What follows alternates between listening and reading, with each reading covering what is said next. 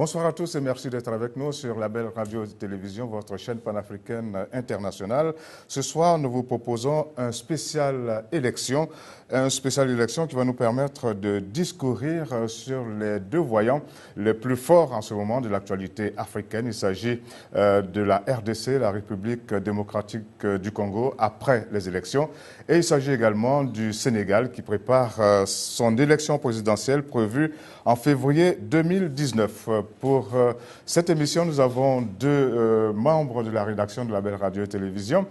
Sur ma droite, Aziz Adewale Tchandi, bonsoir. Bonsoir, Georges. Et puis sur ma gauche, Seyni Amar, bonsoir. Bonsoir, Georges. Merci beaucoup d'être là sur ce plateau. Nous allons essayer de voir ce qu'il advient comme situation en République du Congo dans un premier temps.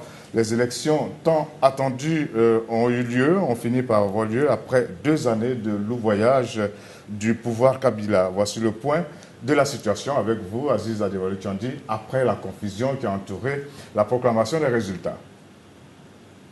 La Cour constitutionnelle de République démocratique du Congo a tranché.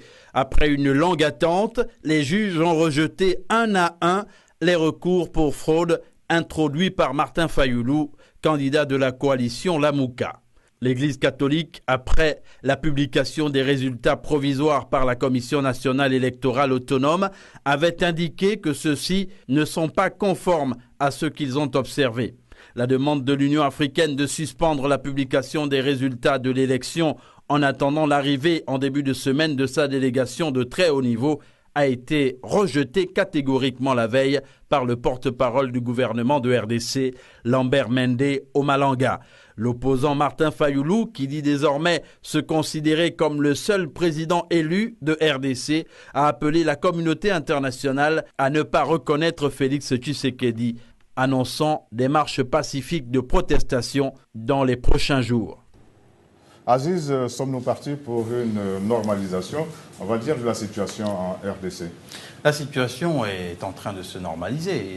Je crois que le report de la prestation de serment de Félix Tshisekedi explique les tractations qu'il y a eu pour apaiser, pour essayer de fédérer tout le monde. Il y avait le discours, on va dire, rigide au départ de la France et de l'Union européenne qui a fait place à un discours plus conciliant. Je ne sais pas si, entre-temps, beaucoup de choses ont changé, mais les discours sont de plus en plus conciliants et tout le monde semble progressivement se mettre, s'aligner derrière la décision de la Cour constitutionnelle de RDC. Seyni Amar, que dire de l'appel qu'a lancé Martin Fayoulou, demandant aux Congolais de ne pas reconnaître Félix Tshisekedi? Déjà, il avait prévu une marche qui devait, à mon avis, montrer la force de ce candidat, mais cette marche n'a pas eu lieu comme elle devait se faire. Il est obligé de sillonner un peu quelques quartiers de Kinshasa. C'est pour dire qu'aujourd'hui, on ne connaît pas le véritable poids de Martin Fayoulou, même si aujourd'hui il appelle ces candidats, ceux qui l'ont voté, à ne pas reconnaître Félix Tshisekedi. Aujourd'hui, la réalité, c'est que la SADC, l'Union africaine et même l'Union européenne, aujourd'hui, ont tous reconnu la victoire, pas la victoire, mais reconnu que Tshisekedi est le président élu démocratiquement de la République démocratique du Congo.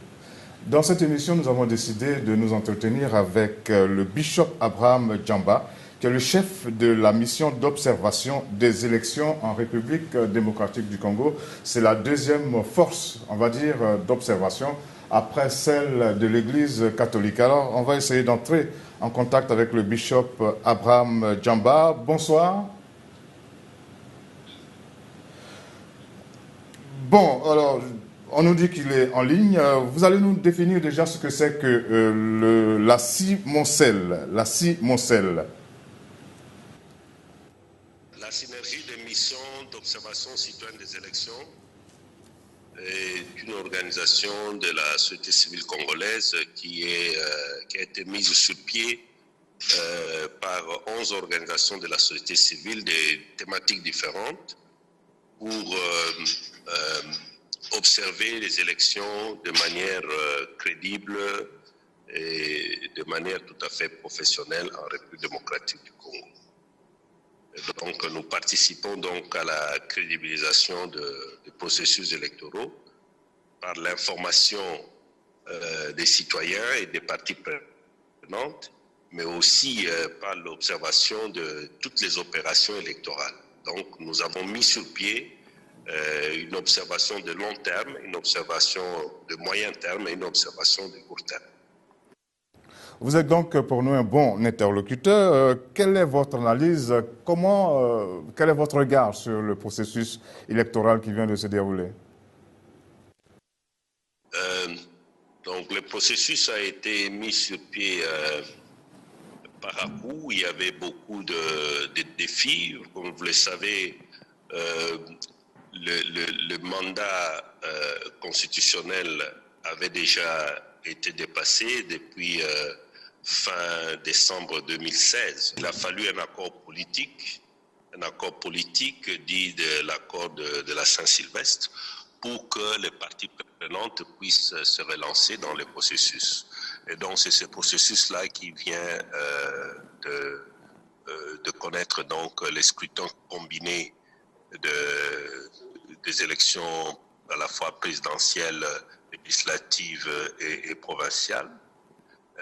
Il y a eu la polémique sur la machine à voter, qui est un dispositif électronique qui a été introduit dans le processus par la Commission électorale indépendante. Le 30 décembre, finalement, on a eu les scrutins combinés. Nous avons présenté différents rapports à chaque étape, à chaque séquence de cette journée mémorable. Aujourd'hui, on est arrivé jusqu'aux résultats définitifs qui ont été proclamés par la Cour constitutionnelle. Alors finalement, cette fameuse machine à voter a joué un rôle important dans cette élection. La machine à voter a été, le moins qu'on puisse dire, c'est qu'il s'est intégré dans le système électoral congolais. Donc l'utilisation n'a pas donné les 100% des résultats pour des raisons diverses, bien sûr, mais il est un fait qu'il a été utilisé dans le processus de vote. Lorsqu'il n'y a pas suffisamment de communication sur une innovation comme celle-là, eh bien c'était tout à fait normal que les parties prenantes s'en méfient. La machine présente certainement des avantages, mais elle avait les désavantages d'être privée de communication et d'une construction de consensus et de confiance par la CENI autour de son utilisation. On voudrait comprendre aussi pourquoi avoir combiné toutes ces élections présidentielles, élections législatives, élections provinciales. Ça ne fait pas un peu trop? Mais nous ne sommes pas la première expérience près. Hein. Donc, je crois que dans les processus passés, on a toujours connu les scrutins combinés. En 2006, c'était le cas. Bon, est-ce que nous avons toujours le bishop Abraham Djamba en ligne? Oui, on nous indique à l'oreillette qu'il est toujours en ligne. Alors, finalement, le processus s'est bien déroulé, si on s'en tient à vos propos. Dans une observation d'un processus électoral, on ne peut pas d'emblée dire ça s'est passé comme il faut, ça ne s'est pas passé comme il faut. Donc une mission reste toujours équilibrée dans sa réponse pour dire qu'il y a des aspects qui ont bien marché. Ce qui a bien marché, c'est que quand même les électeurs ont été mobilisés, ils ont pu voter. On a amené le processus jusqu'à son terme sans qu'il y ait beaucoup de violence. Donc ça s'est passé généralement dans un climat plus calme que ce qu'on aurait pu craindre. Et qu'est-ce qui donc n'a pas marché, Monsieur Bishop Abraham Djamba? Bon, ce qui n'a pas marché, bon, on peut dire dans la mise en œuvre de procédures de vote, il y a eu beaucoup de comment dire de problèmes, beaucoup d'irrégularités. Bon, ces irrégularités ont été rapportées, documentées. Je crois que par la suite, il va falloir creuser davantage pour savoir ce qu'on peut en tirer afin de pouvoir améliorer le processus par la suite. Et l'attente des résultats n'a-t-elle pas été un peu trop longue?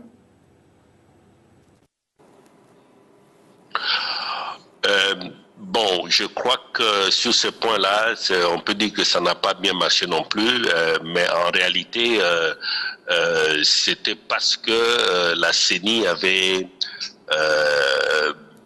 été très ambitieuse dans l'espoir qu'elle a suscité auprès de la population. Habituellement, les résultats commencent à être donnés 15 jours après le scrutin dans notre pays, mais cette fois-ci quand même, on les a eu 10 jours.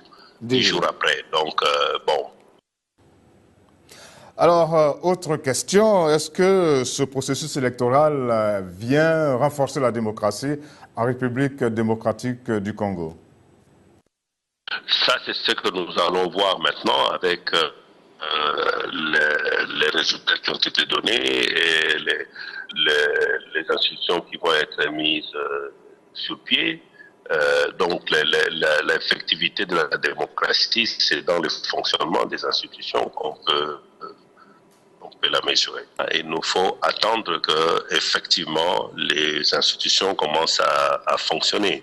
L'alternance ne doit pas être seulement nominale. Donc, il faut qu'elle soit effective. Parce que c'est comme dans la gouvernance, et la gouvernance demande qu'on puisse aller concrètement dans sa mise en œuvre plutôt que d'en parler seulement. Les résultats annoncés, les résultats rendus sont contestés par le candidat Fayulu. Bon, en tant qu'émission, nous trouvons normal que les résultats puissent être contestés. Ce que nous avons conseillé aux parties prenantes, c'est de pouvoir conserver le voie légal de contestation. Et je crois que c'est ce qui a été suivi. C'est tout à fait normal que l'on conteste. Pour le reste, je me dis, c'est une question qu'on peut peut-être regarder à un niveau supérieur. Mais étant donné que la Cour constitutionnelle a déjà rendu son arrêt, ça devient un peu difficile de revoir ce qui a été publié. On aurait pu aller au recomptage des voix, non? Non?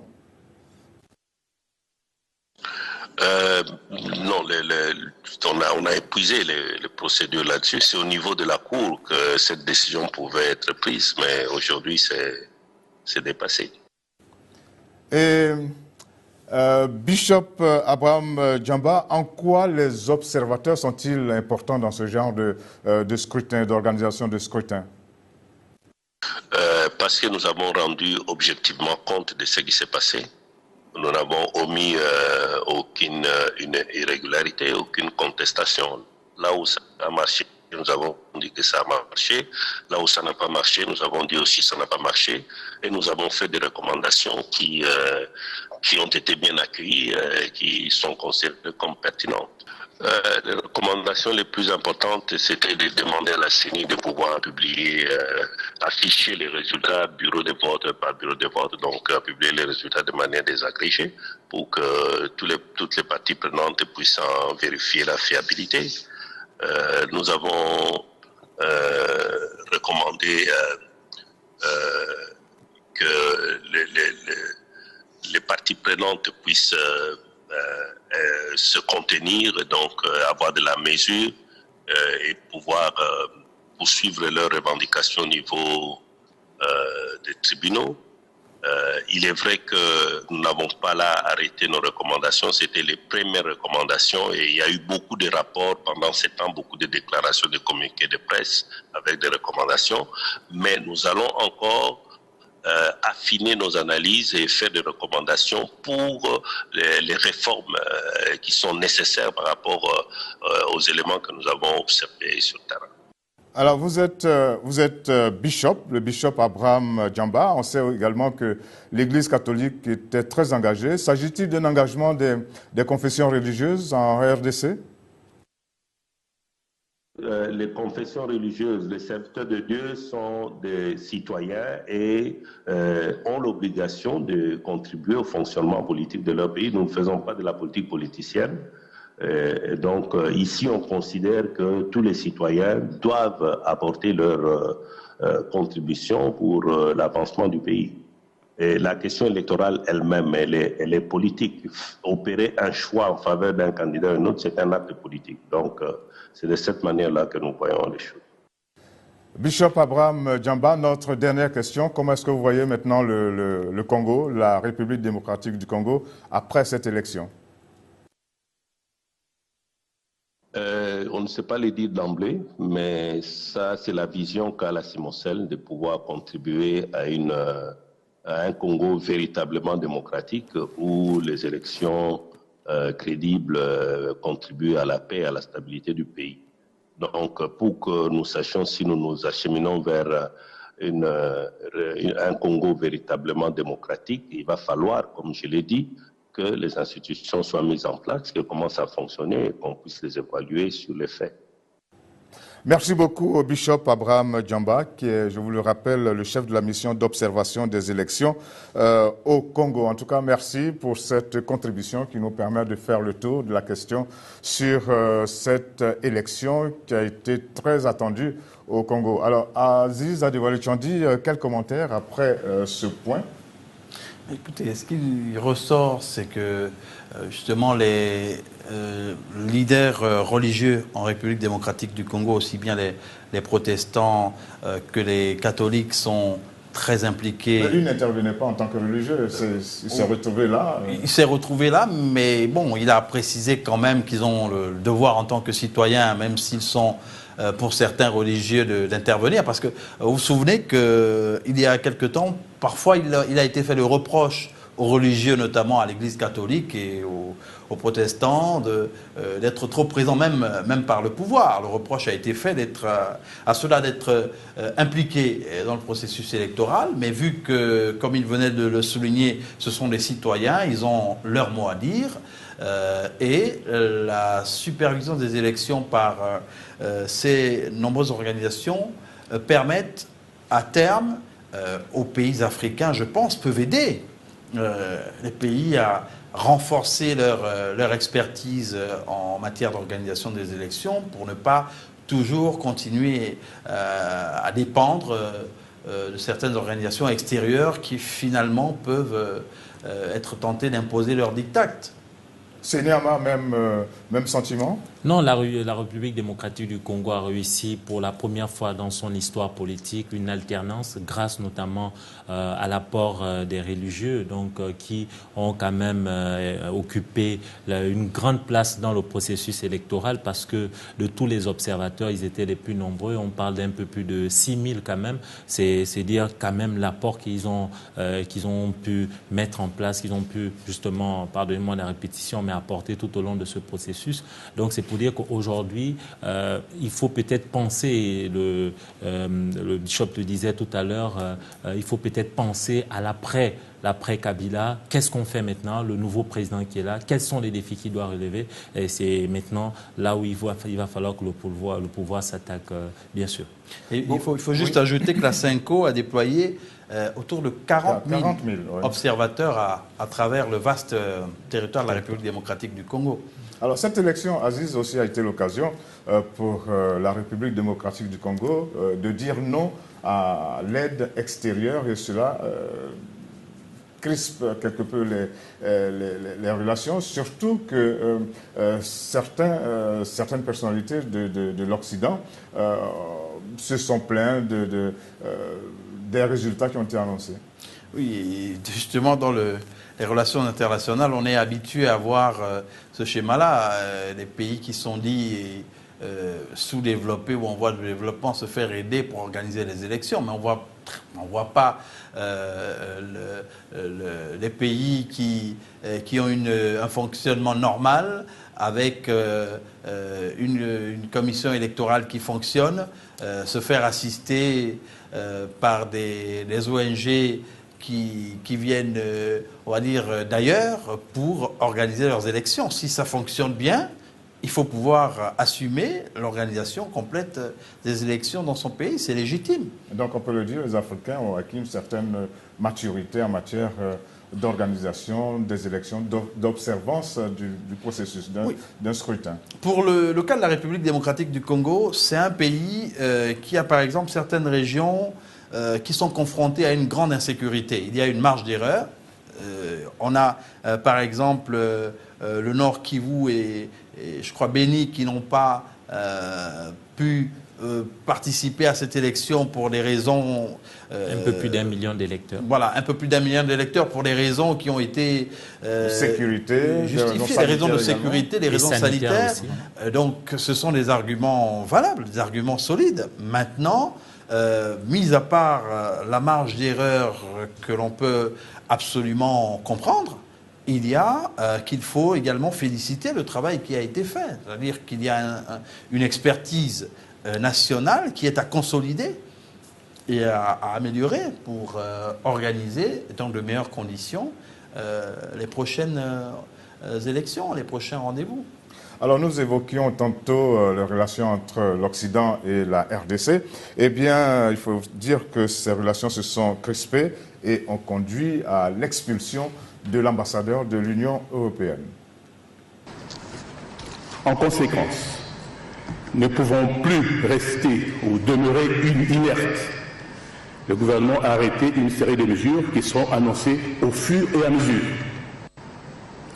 D'ores et déjà, la première mesure touche le chef de mission de l'Union européenne en République démocratique du Congo, conformément à l'article 9.1 de la Convention de Vienne sur les relations diplomatiques. Concrètement, le gouvernement de la République démocratique du Congo invite instamment le Conseil européen à procéder impérativement, dans les 48 heures, au rappel de son chef de mission en République démocratique du Congo. Cette mesure, d'une part, sanctionne le comportement répréhensible de l'intéressé et d'autre part, s'inscrit dans le cadre de la réciprocité prémentionnée. En conclusion, je saisis cette opportunité pour rappeler le corps diplomatique à l'observance scrupuleuse des prescrits pertinents de la Convention de Vienne sur les relations diplomatiques. C'est Niamar, on peut le dire, le Congo prend ses responsabilités. En tout cas, sur ce point, les Congolais l'ont fait sans hésitation, parce que si dans d'autres processus électoraux, on a pu voir des errements au niveau de la prise d'opposition, au niveau justement où il fallait encadrer carrément les propos que tenaient certains diplomates. Il y avait cette hésitation du côté de la République démocratique du Congo. À ce qui semblerait, les autorités ont pris leurs dispositions. Et on a pu le voir même tout au long du processus où, dès le départ, les Congolais ont décidé de faire cette élection avec leurs propres fonds, sans l'appui des Occidentaux. Et donc, on pouvait s'attendre quand même à ce type, à cette réaction. Aziz Adewale Tchandi, nous allons boucler avec le Congo.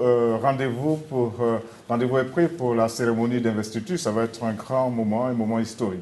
Un moment historique, le 24 février, surtout que de nombreux chefs d'État ont commencé à féliciter Félix Tshisekedi. La cérémonie était prévue pour le 22, elle a été ajournée pour le 24, donc certainement que... 24 janvier, il me semble. Le 24 janvier, absolument. Oui. Voilà.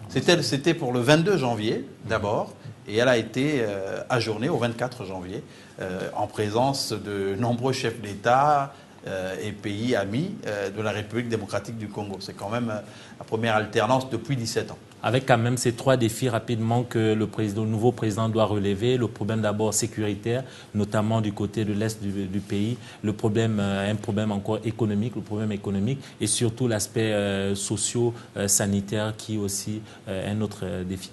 Sans oublier l'enterrement de son père.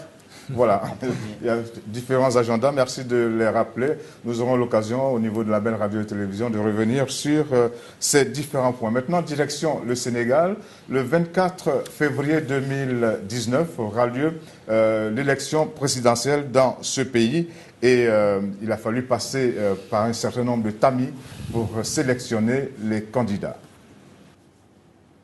C'est définitif. Les 7 sages du Conseil constitutionnel ont confirmé dimanche soir les 5 candidats retenus pour l'élection présidentielle du 24 février 2019. 5 candidats dont les parcours diffèrent de par ceux habitués au scrutin et d'autres qui effectuent leur baptême du feu. Ils sont 3 dont c'est la première participation à une élection présidentielle. D'abord, Issa Sall, candidat du Parti de l'Unité et du Rassemblement Le Pur. Le PUR, également présent à l'Assemblée nationale, sera un des acteurs de la campagne électorale. Ensuite, Madi Kenya, ou la surprise du chef, un des ténors du Parti démocratique sénégalais, qui a été de tous les combats, a décidé d'aller seul, adoubé par une frange du PDS au bord de l'implosion. Il se jette dans l'arène politique et réussit sa parrainage. Enfin, Ousmane Sonko, président du PASTEF, lui aussi se présente pour la première fois à une élection présidentielle.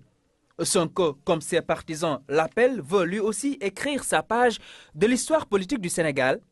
Depuis la création de son parti, la candidature de Sonko était une évidence au regard de l'opinion publique. Un autre candidat au scrutin du 24 février 2019, Idrissa Seck, président du parti Rewmi.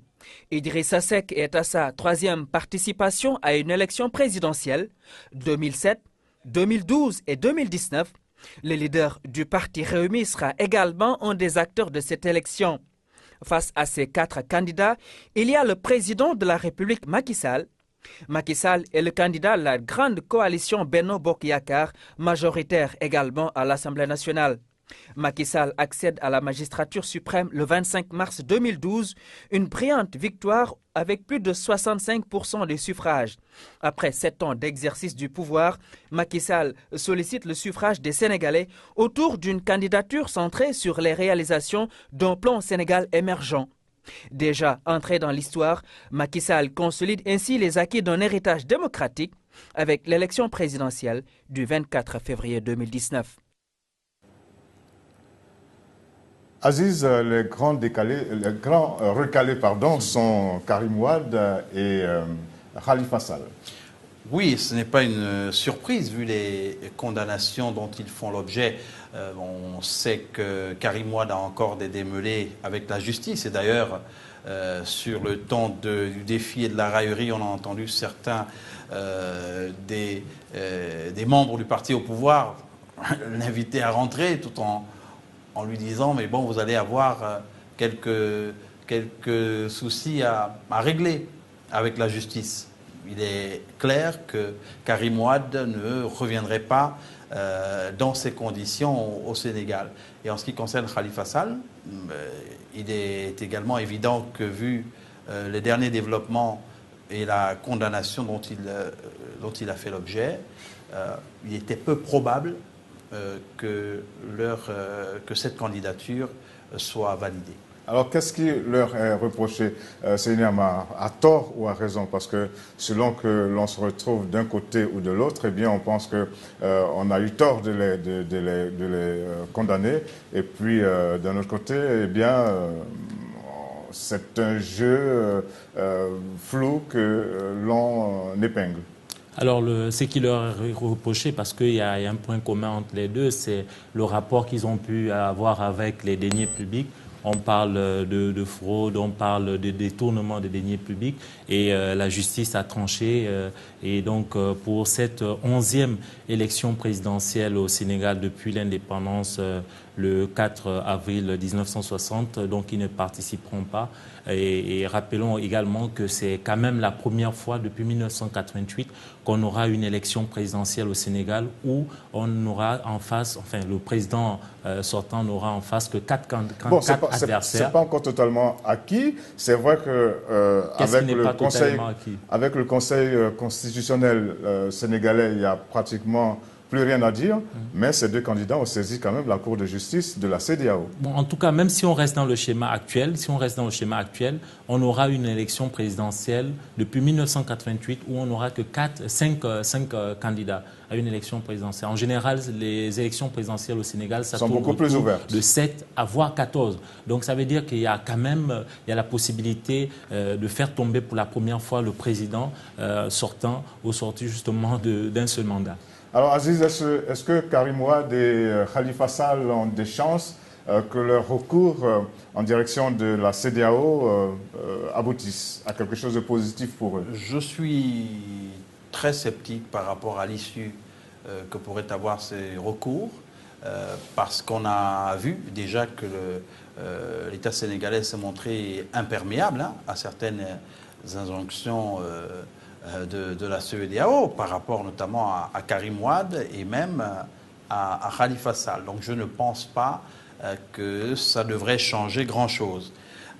Maintenant, en ce qui concerne l'élection qui va arriver, il faut dire que le président Macky Sall, en bon tacticien, a eu beau jeu en arrivant à désintégrer les principaux partis d'opposition. Il y a quand même une question de fond. Le Sénégal a toujours été présenté comme une référence en matière de démocratie.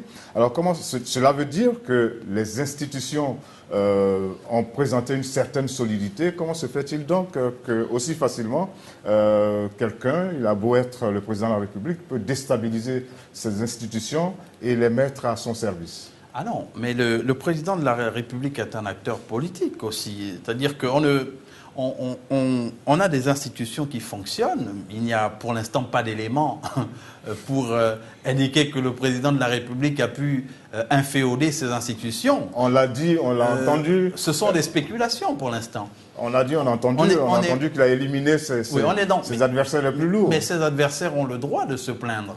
Ou bien leurs partisans aussi ont le droit de se plaindre. On est en démocratie et c'est un jeu ouvert. Alors, est-ce qu'on peut aussi facilement s'acheter les services d'une institution dans un pays qui a fait ses preuves en matière de démocratie? Justement, qu'est-ce qui fait dire à une partie de l'opposition que cette élection est quelque peu, les dés sont quelque peu pipés? Tout simplement parce que début 2018, il y a d'abord une nouvelle norme qui est rentrée dans le processus électoral au niveau du Sénégal. Cette nouvelle norme, c'est simplement le système des parrainages. Donc, c'est rentré en vigueur. Tout de suite, les opposants ont vu une manière légale et non illégale, une manière légale d'écarter ceux qui pourraient être les opposants du président qui serait candidat. Et on a vu d'ailleurs, son ancien Premier ministre Abdoumbaye qui a été justement écarté de ce processus à cause justement du problème de parrainage. Et donc, quand on regarde cette histoire de parrainage, le processus, il est très long, il est très compliqué, parce que pour être candidat à une élection présidentielle au Sénégal, il faut avoir 53 000 parrainages d'électeurs. Donc, ça veut dire que ceux qui vont voter, il faudrait que vous ayez leur parrainage. Et pour avoir les parrainages, il faut avoir au moins dans 7 régions du Sénégal. Sur 14, sur 7, il faut avoir au moins dans 7 régions du Sénégal, au moins 2000 parrainages par région. Ce qui veut dire que c'est tout un parcours du combattant et il est quelque peu normal qu'à un moment donné, une certaine opposition pense que l'élection est quelque peu truquée. C'est d'ailleurs pour cela que je parlais de plusieurs tamis qui ont été mis en place. Nous allons aller au Sénégal pour avoir l'avis du professeur Amsatou So Sidibé, qui est une femme bien engagée dans la politique dans ce pays. Et il a rendu une décision sans comprendre les tenants et les aboutissants. Je peux prendre le cas de Khalifa Sall. Sa décision, la décision concernant Khalifa Sall n'est pas définitive. Tant qu'il y a possibilité de recours, la décision n'est pas définitive. Avec le recours qui est introduit ou doit être introduit, la procédure du rabat d'arrêt en matière pénale, le rabat d'arrêt est suspensif. Mais la Cour suprême a fait fi de tout ça et a exclu M. Sall de la liste des... Donc, le Conseil constitutionnel n'a pas rendu une bonne décision. Alors, la décision a-t-elle été bonne ou pas? Nous restons au Sénégal. Un vox pop va nous permettre de jauger un peu du sentiment des uns et des autres sur le rendu du Conseil constitutionnel. Selon moi et selon tous mes amis, la décision du Conseil constitutionnel est purement politique. Comment tu as dit tout à l'heure? Bon, on dit que parfois, quand, disons, la politique entre par la porte, disons que le droit passe par la fenêtre, ça c'est naturel. Donc, on peut tous dire que la décision est purement politique. Actuellement, disons que notre justice est instrumentalisée. Donc, bon, disons que la décision est purement politique. C'est ça quoi. Ça avait été prémédité déjà. Voilà, c'est ça, oui, voilà, c'est ça. Ça a été prémédité quoi. Oui. Macky Sall il va faire un deuxième mandat. Non. Et je crois que Khalifa Sall il ne mérite pas d'être candidat parce que quelqu'un qui a détourné les biens de l'État, c'est pas normal d'accepter sa candidature. Il y a l'autre, Karim Wade, on n'a pas accepté sa candidature. C'est normal encore, c'est normal. Tu as dit? Oui. Bon, c'est ça mon point de vue quand même. Macky Sall va faire un deuxième mandat. Bon, nous respectons vraiment la décision du Conseil constitutionnel. Mais au fond, nous sommes vraiment déçus par cette décision parce que les jeux sont pipés dès le départ, depuis le parrainage. Et aussi avec la sortie du Premier ministre qui a vraiment déjà annoncé quelle sera la décision du Conseil constitutionnel. Donc on peut dire que le Conseil constitutionnel n'a fait suivre que la décision politique déjà annoncée par le Premier ministre. Donc si par exemple la décision était prise d'une manière collégiale à l'insu même de la décision que le Premier ministre nous avait déjà servi sur la table, là on ne pouvait que respecter la décision du Conseil constitutionnel. Bon, en fait, nous sommes déçus parce que être 5 candidats, 1000 candidats, ça ne veut rien dire. L'essentiel que les Sénégalais votent et que le meilleur gagne. Seyniama, vous parliez de jeu pipé, de dépipé. Oui, parce que... Il y en a qui l'ont confirmé, puis il y en a d'autres qui ont infirmé. Oui, en tout cas, c'est ce que disait une partie de l'opposition au moment de ce processus. Mais quand on regarde un peu le système politique du Sénégal avec ce scrutin uninominal majoritaire à 2 tours, on peut penser qu'à un moment, au niveau du second tour, les choses, le parrainage n'a plus trop son sens. D'ailleurs, même quand vous venez déjà à concourir pour ce scrutin. Mais l'autre aspect aussi, c'est que c'est maintenant la réduction du mandat. Parce que après 2007, où on avait un mandat de 5 ans, avant 1993, où on avait un autre mandat aussi de 5 ans, maintenant, celui qui va remporter cette élection présidentielle en 2019 va bénéficier d'un mandat de 5 ans et non d'un mandat de 7 ans, comme c'était le cas, tout simplement parce qu'il y a eu le référendum de 2016 qui a permis aux populations sénégalaises de voter à plus de 62% pour la réduction du mandat. Aziz, vous connaissez le microcosme politique sénégalais. Vous pensez que le président Macky Sall va se retrouver face à une coalition, lui qui, il y a quelques années, s'était retrouvé dans une coalition contre le président Abdoulaye Wade? Alors, déjà, mon sentiment est que la configuration a changé par rapport à celle de 2012. En 2012, vous aviez dans l'opposition, dans ce qu'on avait appelé la fronde anti-Wade, l'actuel président de l'Assemblée nationale, Moustapha Niasse. Il y avait des figures de la société civile influentes. À cette époque-là, il y avait eu les assises nationales autour d'Ahmadou Martambo, etc., qui avaient fédéré un maximum de leaders avant, bien sûr, une dislocation progressive, mais il y avait quand même une communauté d'intérêts dans le but, bien sûr, de faire partir le président Abdoulaye Wade. Et à ce moment-là, je pense que les forces en présence en face du président Wade étaient beaucoup plus vigoureuse. Déterminée. Beaucoup plus vigoureuse et beaucoup plus déterminée que maintenant. Ça me paraît, c'est peut-être hâtif de le dire. Nous avons en ligne quelqu'un justement de la coalition, j'allais dire, anti-Macky Sall. Nous avons en ligne M. Sall Alioune, nous dit notre régie. Nous allons converser avec lui. Bonsoir, Monsieur Sall Alioune. Vous êtes le coordonnateur du PASTEF. Que signifie le PASTEF? PASTEF, c'est un parti politique dont l'acronyme signifie Patriotes du Sénégal pour le travail, l'éthique et la fraternité. Dans le cadre des élections législatives, des élections présidentielles, du 24 février 2019, il y a un certain nombre de partis qui nous ont rejoints et on parle à l'élection sous la bannière d'une coalition qui s'appelle Sonko Président. Nous attendons que vous nous disiez quel est votre sentiment sur la sélection des candidats. Ça, on l'a appris sans surprise. Donc la décision du Conseil constitutionnel de retenir que 5 candidats, je pense que c'est une surprise pour personne. Nous, de notre côté, on pense que c'est une élimination programmée, car ce n'est absolument pas une surprise, cette affaire est purement politique. Vous souhaitiez plus de candidats?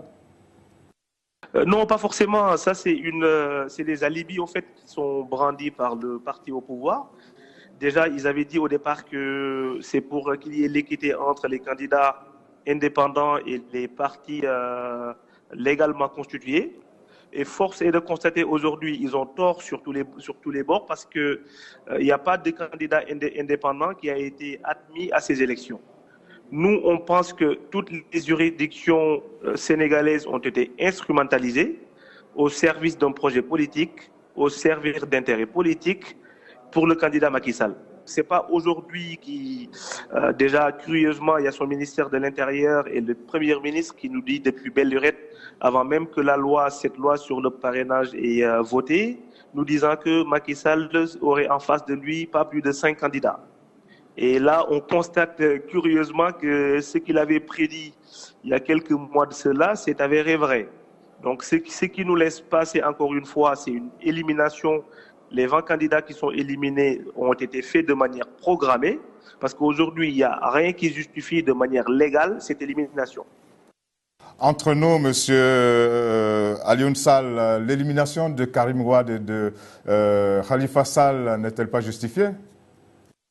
Non, pas du tout. Aujourd'hui, il y a les juridictions étrangères et internationales qui ont condamné l'État du Sénégal dans ces 2 cas-là.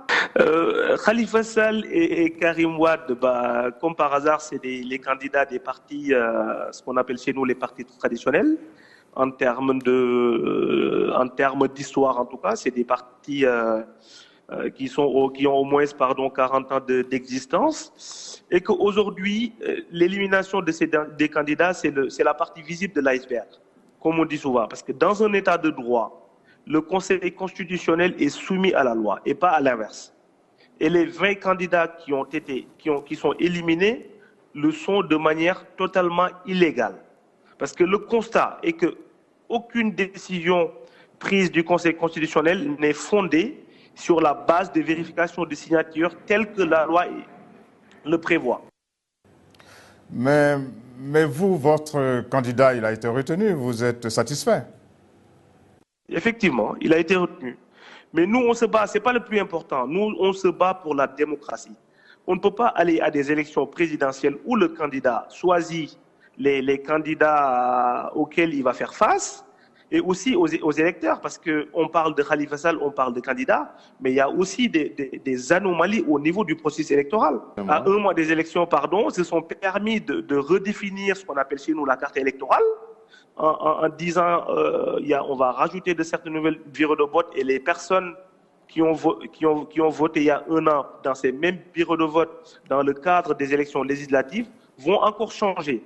Alors qu'il y a 2 millions de Sénégalais au moment où je vous parle qui n'ont pas encore leur carte d'électeur.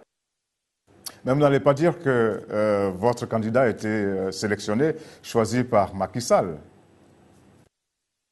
Non, pas du tout, pas du tout. Vous savez, il y a des candidats, il y a des candidatures et des partis politiques aujourd'hui qui sont incontournables.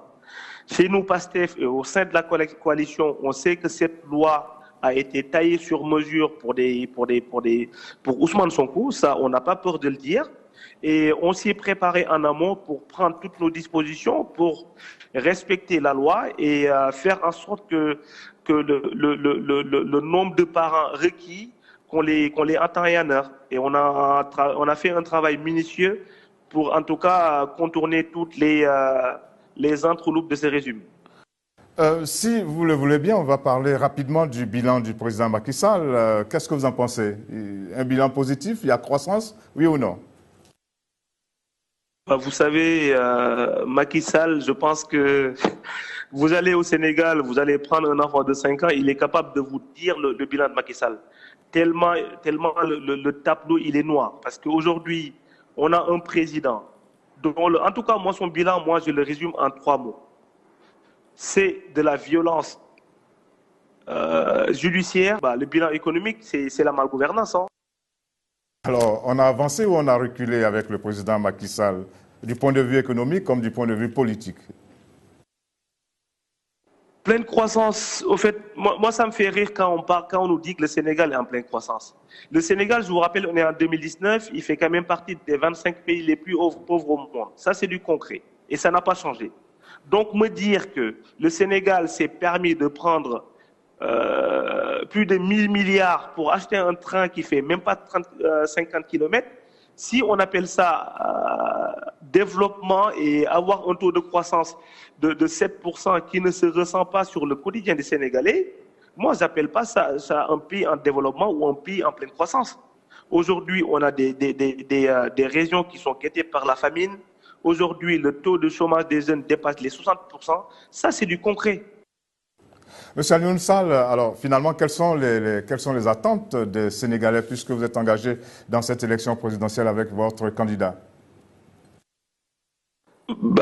Quand notre violence, notre gouvernance se résume sur de la malgouvernance, quand notre gouvernance se résume sur de la violence politique et judiciaire, parce qu'aujourd'hui, vous avez bien fait de le rappeler d'ailleurs, parce que le Sénégal, comme je le dis souvent, a été cité en exemple dans la sous-région et en Afrique de manière générale, comme un exemple de démocratie que beaucoup de pays nous enviaient avant. Aujourd'hui, Macky Sall est en train de fouler aux pieds tous ces acquis démocratiques. Parce qu'aujourd'hui, quand je vous parlais de violence politique et de violence judiciaire tout à l'heure, Macky Sall a organisé la liquidation de Khalifa Sall et de Karim Wade en instrumentalisant la justice dans des procès politiques. Ça, tout le monde le sait. Voilà, merci beaucoup Monsieur Alioune Sall. Nous aurons bien voulu continuer avec vous, mais le temps qui nous est imparti est en train de s'achever. Vous êtes le coordonnateur national du PASTEF, patriote du Sénégal pour le travail, l'éthique et la fraternité. Et puis vous êtes dans la coalition Sonko 2019. Tout à l'heure, avant que nous n'ayons Monsieur Sall Alioune, nous évoquions la possibilité d'une coalition face au président Macky Sall.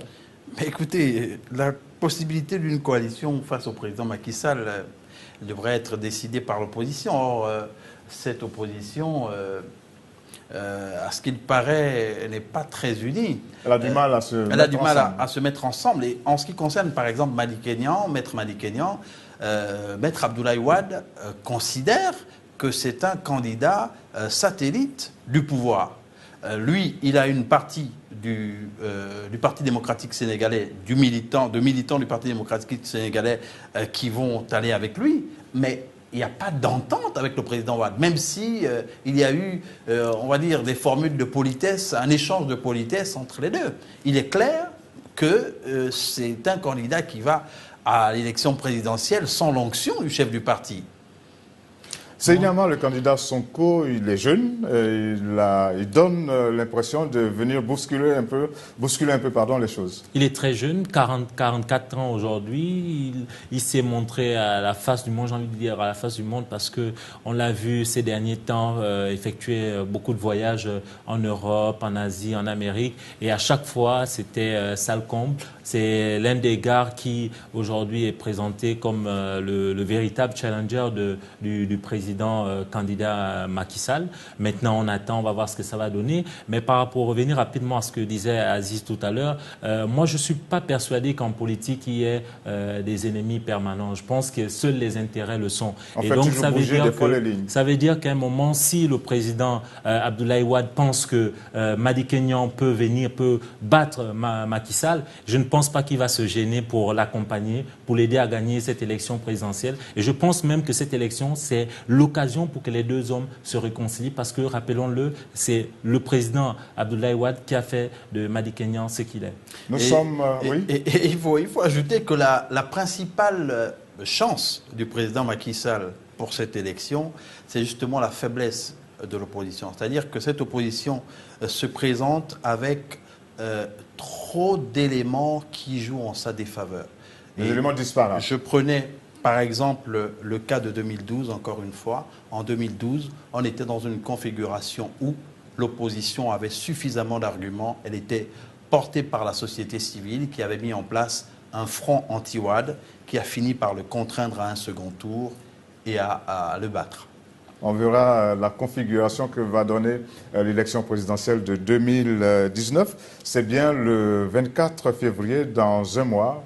Et pour le premier tour. D'ici au 24, la Belle Radio et Télévision, votre chaîne panafricaine, va rester connectée sur le Sénégal pour vous donner le maximum d'informations pour permettre de comprendre ce qui se passe pendant cette élection présidentielle. Mais il n'y aura pas que cette élection au Sénégal, il y en a d'autres et c'est sur ça que nous allons finir notre émission. Alors la toute première élection présidentielle va débuter le 16 février. Ce sera du côté du Nigeria, le challenge entre le président candidat Muhammadu Buhari et Atiku Abubakar. Ensuite, le 24 février, celle dont on parlait tout à l'heure, du côté du Sénégal. Et ensuite, on verra du côté de l'Algérie le 18 avril. L'élection a été confirmée cette semaine par le président Abdelaziz Bouteflika. Donc le 18 avril du côté de l'Algérie. En Tunisie, ce sera le 3 novembre ou le 29 décembre. Et en Libye, pour le moment, c'est prévu pour le printemps. Et maintenant, si on parle d'élections générales, c'est-à-dire couplées, on peut aussi mettre l'Afrique du Sud qui compte organiser ses élections générales en mai prochain. Voilà, l'Afrique va vibrer. On peut se demander à quoi ça va servir d'organiser des élections en Libye, puisque c'est pour l'instant le chaos sur le plan sécuritaire. Voilà, l'Afrique va vibrer en 2019 avec toutes ces élections, élections présidentielles, élections législatives. Il y a bien d'autres élections. Et la Belle Radio et Télévision, votre chaîne panafricaine, va se faire le devoir de suivre ces élections, bien sûr, pour vous. Merci beaucoup de votre aimable attention. Ce spécial élection est terminé. Nous nous retrouverons bientôt sur nos antennes, la Belle Radio et Télévision, encore une fois, votre chaîne panafricaine internationale. Au revoir, merci beaucoup Aziz, merci beaucoup à Seyni Amar.